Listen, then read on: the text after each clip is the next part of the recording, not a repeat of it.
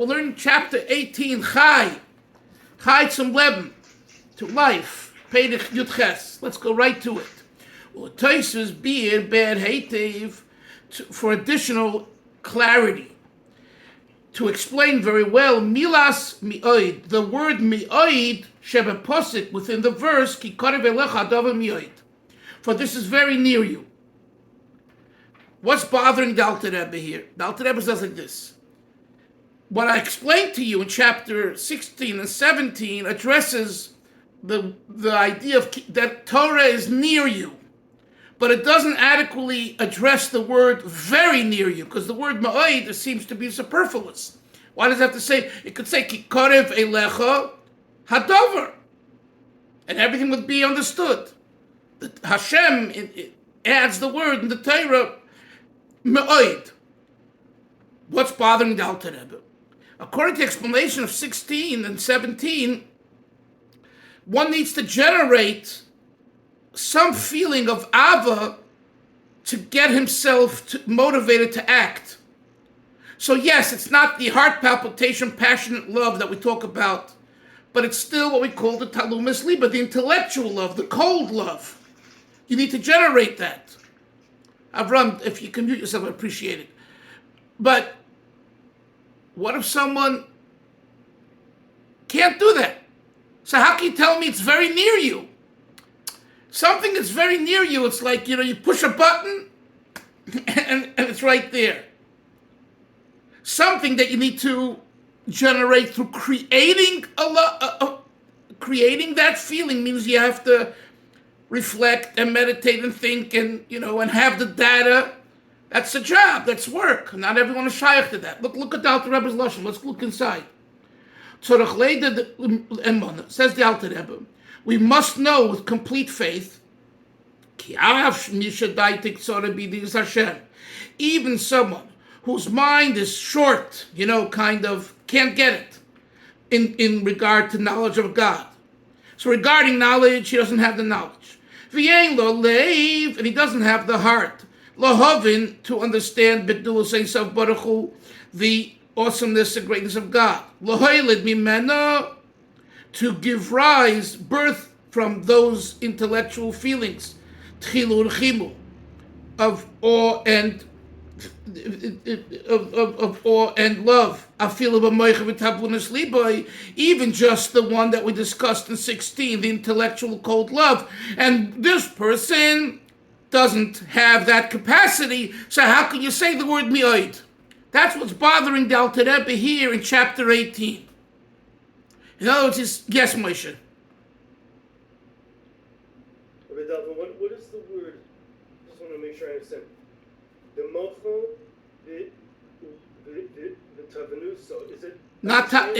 It's not tavanuso. It's tvunoso. Tvunoso. There's a Hebrew word tivuna.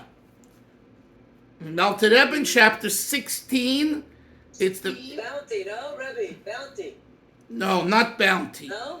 It comes from the word bina. But it has a particular meaning in Tanya. It doesn't mean the deep intellectual understanding as in classical bina. It means a understanding that's adequate to move a person forward. Okay, so again, think of the example. You understand that that your wife is important to you. You're not now contemplating, like when you go. Let's say when you go on, when you meet your wife, at that time you're using really bina. Is she the right person for me? Who am I? Who is she? You're really intellectualizing the situation to come to a determination whether she's the right person for you. Once you're married, you're going to be in big trouble if you do that. Once you're married, stop philosophizing, intellectualizing. You're married. Nevertheless, if you don't have an understanding of the day-to-day situations, you're going to run into trouble. So the question is, the day-to-day situations, what level of understanding for my wife must I have to generate the feeling that I should cooperate and work with her. Not the feelings of, deep love and things like that. That's a whole different scenario. But just to be a mensch and just to give your part. The answer is the basic understanding. This is my wife. God blessed us. We went under the chuppah. We had chuppah and kedushin. We have children, even if we don't have children, chas v'sholom and all that. Right? We're building a home together. So those thoughts are not deep intellectual thoughts. They're more on the practical side. But nevertheless, they're the practical side that warrants some brains. And that's why, unfortunately, people who are lacking, you didn't like the Alter Rebbe's Lashon, they're lacking the brains in their head, meaning that's the fact. There's a lot of issues. And I know, you might, I don't want to go into this now because I want to learn Tanya, but you might say, well, am I blaming people who have shalom bayis issues for being like dodos, being foolish, stupid? In a way, yes. In a way, no. It's a very complicated area. But what I've seen is those people that they think before they act, moyach, shalit, al halev, usually have better shalom bayis. Because, right, two people disagreeing, husband and wife. I want it this way. I want it this way. How should we act with the kids? This way. Right? It gets very, very intense. And when both spouses are able to sit back and it's hard and just rationalize and think it out, it creates a much healthier situation. And that's what I meant. And there's not just one rule. There are outside forces too. If a guy or a woman decides to go and meet other people, then we're not talking about that. That's already outside the pale of this discussion. And so what the Alter Rebbe is saying here, and this answers the question. Tfunosoi is referring to the basic understanding that this is the right thing to do. So the Alter Rebbe here asks a question. As long as we positioned in the last two chapters that there needs to be some form of understanding, that means you have to create that understanding. You have to think. So now his problem is, what if someone, for whatever reason, doesn't have that ability? Daitik tzara. So I know probably you're wondering, but the Alter Rebbe just said a chapter before, Mishi yeshloi moyach bikot kodoi, implying everyone got brains in his head. So make up your mind, Alter Rebbe. In chapter 17, you're saying, as long as you have brains in your head, you should accomplish this intellectual cold love. And in chapter 18, the beginning, he says, well, what if someone is daitik tzara? He can't even get to that. And the answer is both are true. God created all kinds of people. And there are some people that, guess what? They cannot create this intellectual love. So the question is, if that's the case, how can Hashem and the Torah say that Torah and mitzvahs is karav mi'oid? So the Alter Rebbe's question is on the word ma'oid. Karav mi'oid means it's like you have to do nothing. Just open your eyes and roll out of bed and you're in. Well, you're telling me the way to open my eyes and roll it and get in is through understanding that I should be a mensch, and I should make my bed, and I should clean up, and I should put away things, and I should say thank you. But you have to understand that you're in a relationship and what a relationship means. And if you don't, you won't have those feelings. This is what he's addressing here. Let's continue. So the Alter Rebbe now says the solution is Avol became Koreve love Hadava mi'oid, even to such an individual whose mind is short of grasping the concept, it's still close to him, very much so, mi'oid. Lishmair, to watch, Ulases, and to do Kol HaMitzvah Torah, all the mitzvahs, but Talmud Torah connected Kulam, including the learning of Torah, which corresponds to all mitzvahs, befiv, with your mouth, right? Because it says, Ki Koreve Elecha Hadava mi'oid, beficha, with your mouth. Well, Torah has to be learned with your mouth, like we are now learning with our mouths, Torah. Ubilvave mamish. And then it says in your heart, in actuality. Mi'umka delibam, coming from the depth of your heart, the emes la mitoi, with truth of truth, betchilu rechima, with awe and love, she avas musuteres. So here he says the words.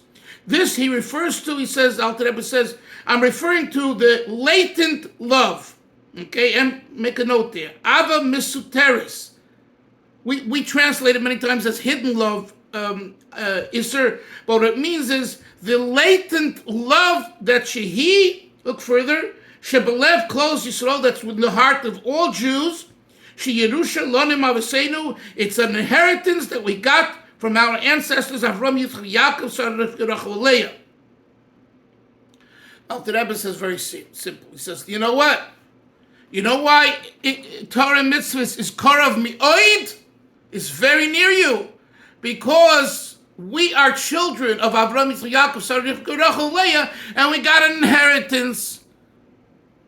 Avram, for inheritance, you don't need to do anything. You just got to belong to the tribe. Yeah, there's one thing you have to do. Not mess up. Not get in the way. Because even if you have an inheritance and you get in the way, it'll go nowhere. But barring being, an obstacle, your own worst enemy, everyone has an Ava Musuteres. So what is this Ava Musuteres? Avi, what is this Ava Musuteres? This Ava Musuteres is that a Yid loves God by nature. It's just a matter of removing the dust and letting the neshama shine. In classical Chabad terms, it's the Pintel Yid. Okay? You've heard that term, I'm sure. The Pintel Yid, the quintessential aspect of a Yid's connection to Hashem, that's what we call Ava Musuteres. Says the Alter Rebbe, that you don't have to create. All you have to do is reveal it. Such a powerful lesson.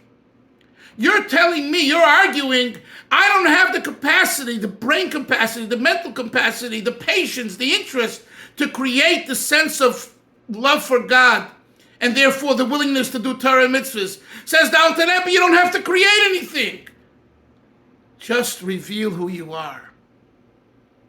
Reveal who you are. How do you reveal who you are? By thinking who you are. See, by thinking who you are is not his bonus. Okay, I want to, this is a very important kudah. It really touches upon the difference between Chabad and Breslov. His bonus, meditation, reflection, and contemplation is mind work. And in the Chabad model, it's mind work. The Ava Musuteres that he's talking about is not mind work. It's just realizing who you are. Realizing who you are doesn't require knowing how God created the world and why he created the world and with what he created the world. That's all included in the hisbonenus, in the prat. And that creates a feeling. It creates a position. When you talk about Ava Musuteres, the latent love that's in the heart of every Jew, it's just a matter of time of letting it out. So again, if you're going to do nothing, it's not coming out. Let's not get confused with what the Alter Rebbe is saying here. If a person will sit back and do nothing, nothing's going to happen. Of course you have to do something, but you don't have to create the love, you have to reveal what you have. That's the chiddush over here. And with this Nakuda, we're going to be learning this chapter and next chapter. We're talking about what's called Ava Musuteres, the latent love. Let's continue. Now he says, to appreciate this, we first must preface, first explain, very well, 4 things. I want you to make a 1, 2, 3, 4. Number 1, Shayrish Avazu, that's number 1. This latent love, what is its source? What do we mean? It says in Kabbalah, Isser, that the source of the Ava that's generated by Seichel which we call Ava Biz Galus, is Bina Shebenef, Bina. God's Bina. Right? Bina means understanding. So since there's a source for God called Bina, it translates itself in the Nefesh Adam, in the human condition, in the human soul. To understand God creates that relationship. That's the source of the Ava Biz Galus, the generated love. But the Alter Rebbe's question is, what's the source of this love? If you're telling me this love is latent, where does it come from? That's number one. Number two is the word v'inyana. Look inside, v'inyana. Inyana means its topic, inyan, its idea. The second point the Alter Rebbe says we have to explore is, what's the objective of this love? That's number two.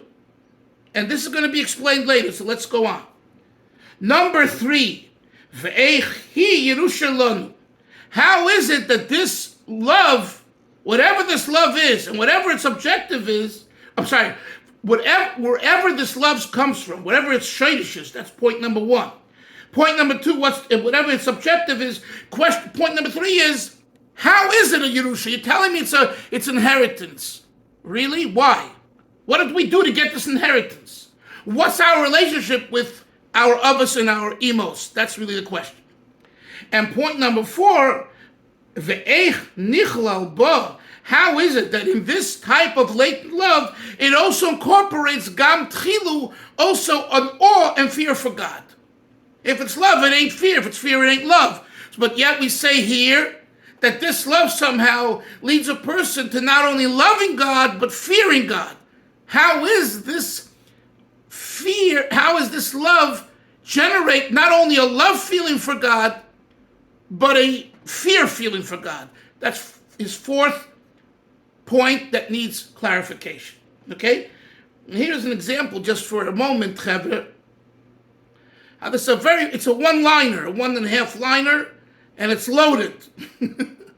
That's why you need a teacher. Right? You can read these words, and I promise you won't know what... You can read it, and I bet you, everyone outside of Chabad that's learned this just rattles it off and 1, 2, 3.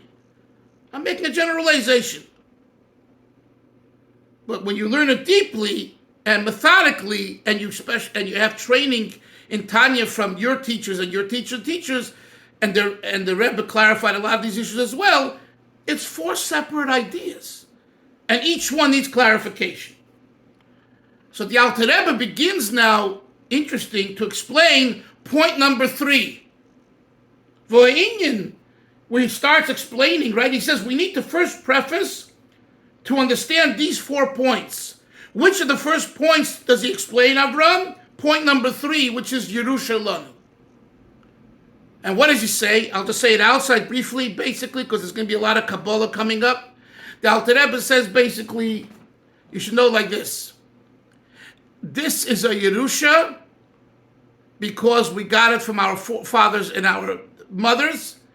And why is this important? Each one of us has character traits from our parents we inherit. Yeah. We see it all the time. All the time. Not only facial features, but character traits that our parents had, grandparents, yeah. Your father liked President Truman. And now you're studying university about the presidents. And you come to the conclusion that you don't like him. You're telling me because my father liked President Truman, I have to like President Truman. So the answer is no. So why is it if Avram, Yitzchak, or Yaakov liked God, I must like God? In other words, the question here is, when we say that loving Hashem and fearing Hashem is a Yerusha, is an inheritance from our ancestors, right? The question is, seemingly doesn't make sense. Because they love God, I have to love God. I like chicken. I like golf. What?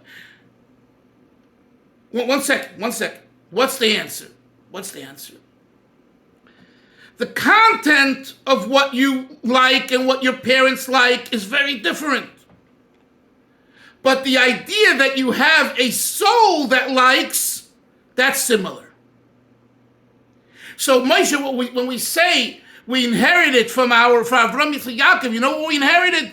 Not the love, we inherited the neshama, the nefesh, the soul. Now, once you have a soul, the soul has the ability to love God. You have to find it. So the answer is, Avram, that the particular expression of the love is up to the individual who comes to a conclusion that loving God is where it's at, just like Avram, Yitzchak, Yaakov. But even to be able to do that, you need to have the drive within yourself. In other words, in the computer, if you don't have the A drive, the B drive, the C drive, or whatever they call them today, your computer cannot function. If you don't have enough memory, you can't download. So the memory chip and the RAM, right, and all that, using the example of the computer, is similar to what we're learning here, the Yerusha. We got this as an inheritance. Now, guess what? What you do with your computer, what you see on your computer, and what you choose to download and not download, and if you have too much of this, you don't have room for that. That's up to you. Yes, Moshe. It's okay. The question I had was answered. Okay, so let's now learn inside. And here again, the Alter Rebbe quotes a medrash. It's a very important medrash. It's not found often. In Chabad Chassidus it is, but not elsewhere really as much.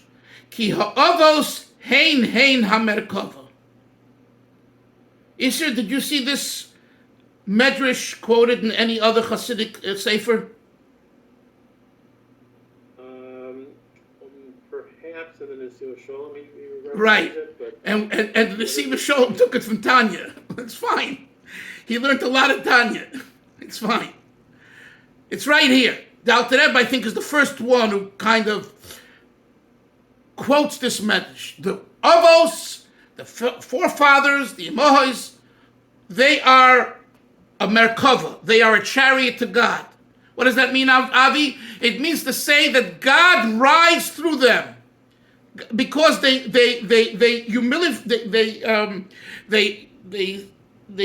caused bittul. They had subservience in their life to Hashem, and to the point where their existence didn't exist in the sense of ego and all that. So they become a chariot. So like the wagon and the horses are go where the wagon driver, the wagoneer wants to go. So we use the concept hein hamerkova. That's the end quote of this message. So the Alter Rebbe says, number one, every Jew must know that hein avos hein hamerkova. Valkein. And therefore, in other words, the avos and the imos chevra paid their dues. Don't think that our ancestors didn't have to work hard to become a Merkava, chariot for God. V'alkein, the language is gewaldik. V'alkein, and therefore, Zochu lahamshich naran nefesh ruch neshama lebneim achareim adoilam, they merited to draw down the soul, spirit soul, to their children, their offspring, who follow them, for eternity. You can be in Las Vegas, and you can be in Chicago, and you can be doing whatever you're doing. Guess what? If you're a Jew, you have a gift, you have a Yerusha, that you have nothing to do with it. It was given to you as an inheritance. And those that gave it to you were able to give it to you because of their hard work. And it's such a powerful lesson for our kids and grandkids. You know, next generation, we're always smarter than the previous generations. We were that way too, right, guys? Remember, we're standing on the feet of our parents and grandparents and ancestors. Okay, big talker? So, because Avram, Yitzchak, and Yaakov, they became such a keli, such a vessel for godliness, Hashem gave them a schus. And it's such a powerful schus that for the next, for eternity, thousands of years until now, and forever else, Hashem says every Jew has a neshama. Every Jew. You can't buy a neshama in Walmart. It doesn't work. It doesn't work. You can think you can buy it, then you can polish it. At the end of the, it's like buying these cheap items used to be in Sears and, right? Whatever. A week, 2, 3 later, it's broken. I don't mean Dafka Sears. Sears, I think, was pretty good. But the idea is quality speaks louder than everything else. The Yerusha that we got from Avraham Yitzchak Yaakov is a quality one because they worked very hard for it. And we have that. Let's continue inside. Now the Alter Rebbe is going to now give us some Kabbalistic reference to where this neshama that we have, where does it come from? From the 10 holy spheros, Shebar Boilam Esabiyah, within the 4 worlds of Atzilus, Bri, Yitzira, Sira, L'chol Echad V'Yechad. To every individual Jew, Kifi Madregosa, based on his level, Kifi Maisav, based on his actions.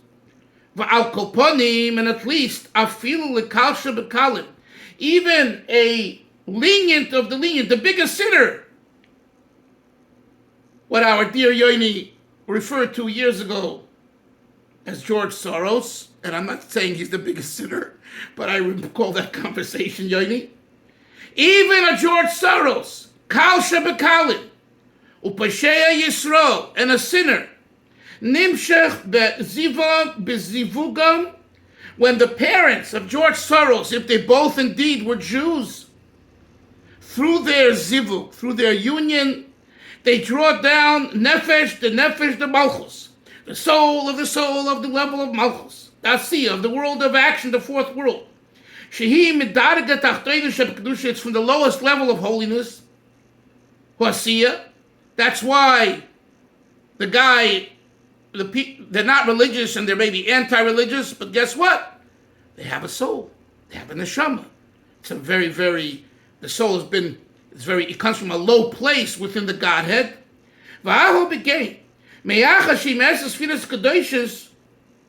Nevertheless, since where does it come from? The 10 holy spheres, who klulam mikulam, it incorporates all other levels, even from the highest level known as Chochmah, in other words, the level of Chochmah of the highest world called Atzilus is enclosed in Chochmah de Malchus de Chochmah, Shebetoicha Chochmah de Atzilus, within it. Anyway, this is just like the pipelines. It says in Kabbalah of how the soul goes from this experience to the next experience. Sheba Meir Yosef Baruch Hu. The bottom line is that Chochmah, is going to explain soon more, is where God rests, and so even the lowest level has this aspect. God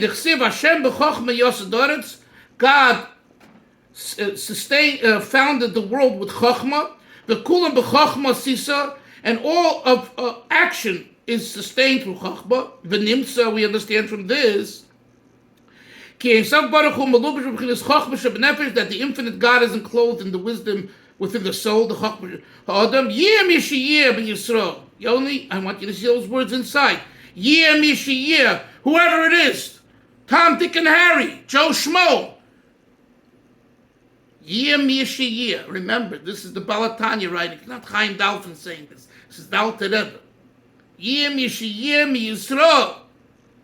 Any Jew, every Jew has it. And this level of Chochmah, it extends itself throughout the rest of the soul, to enliven it from head to toe. As it says, wisdom enlivens its masters, top of Chof Dalet, and we'll finish with this. Look at this, the parentheses, brackets, very powerful. Sometimes, sinners of Israel, they draw down neshamas gevoyes mi'oid, very lofty souls to their children. That was captured in the klippos. So if you're ever wondering, how is it that parents or a parent who's a lowlife or his, whatever, has a child, a son, a daughter, who becomes a gift to the Jewish people? Right here. Right here from the Sefer Gegulim, the Arizal. Souls are sometimes captured in slavery, and for whatever reason, again, this is God decides, I'm going to filter a special soul through these parents. And I think it's also a very important lesson. Always be respectful to your parents, even if you disagree with them and even if you have issues. And, there are issues.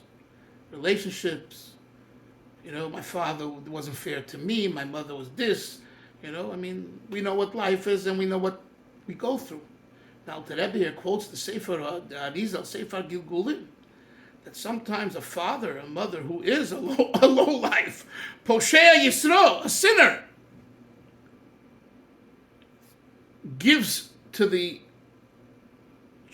children, something that was closed up, locked up, and they become a star.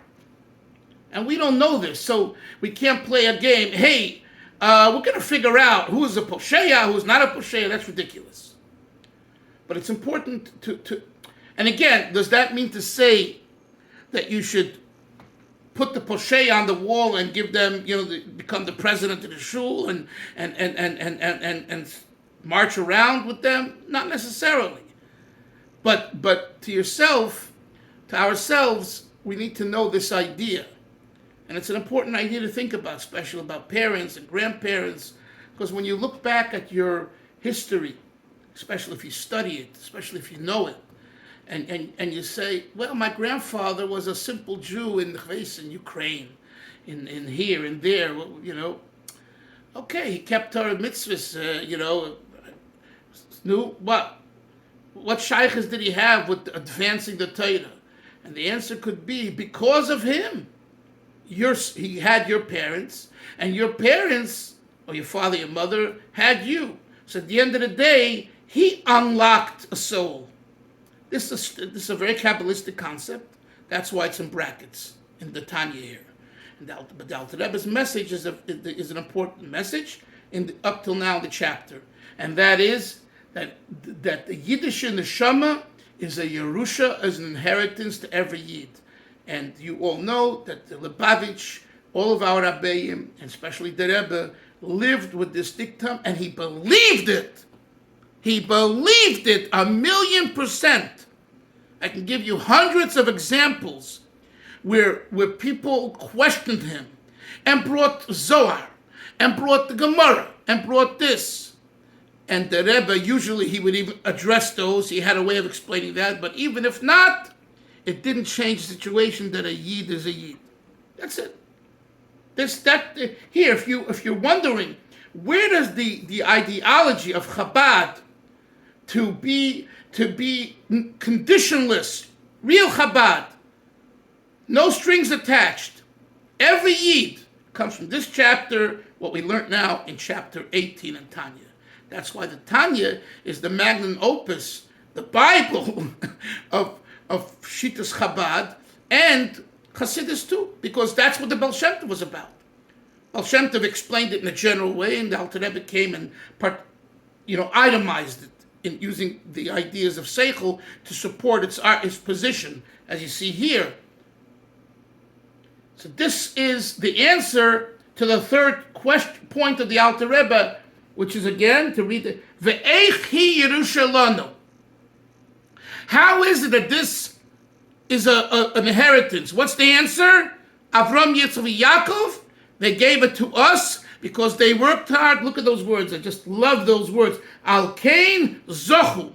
Therefore, they were given a schus. And just finally, that's also another point for us to think about. When you do hard work, Hashem will give you a schus that your children and grandchildren will go in the way of Hashem. So, we look at the next generation. My wife was saying, about grandchildren and, this issue and that issue.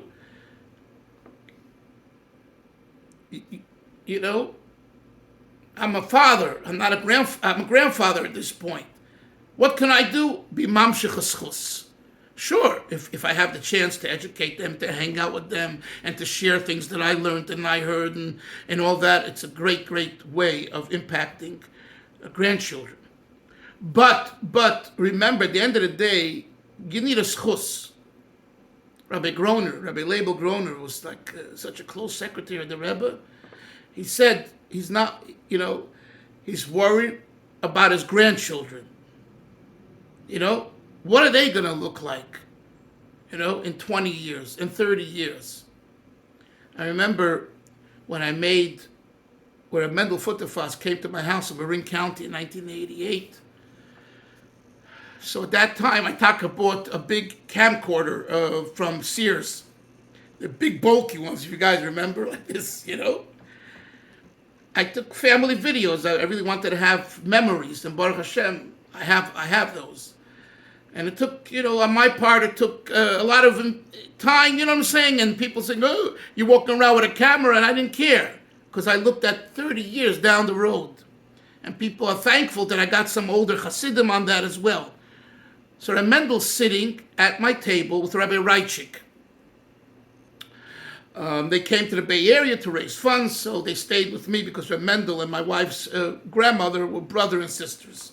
So he said he wants to spend a night with us because he won't get to Australia. He's too old. He doesn't have the money, and his sister nudges him to come see her. She didn't have the koyach to go. She wasn't well. So he says, I'll be yoitza. I'll fulfill my obligation by staying by your granddaughter one night. So he called me to say he'd like to stay by us. He's a very, very smart person. Anyway, so he's about to start davening, and I put on the table, on my dining room table, this big camera facing him. And he looks at me, and he becomes very serious, and he says, Nemes Avek. Yiddish, meaning, take it away. Nemes Avek. Hasidim hated when you made of them an avodah zarah, a getchke, here's this old chassid. We're going to now take video of him. They hated it, okay? And guess what Chaim Dalfin said to his great uncle? Ich nemes nit avek. Right into his face, like I'm talking to you. I'm not taking it away.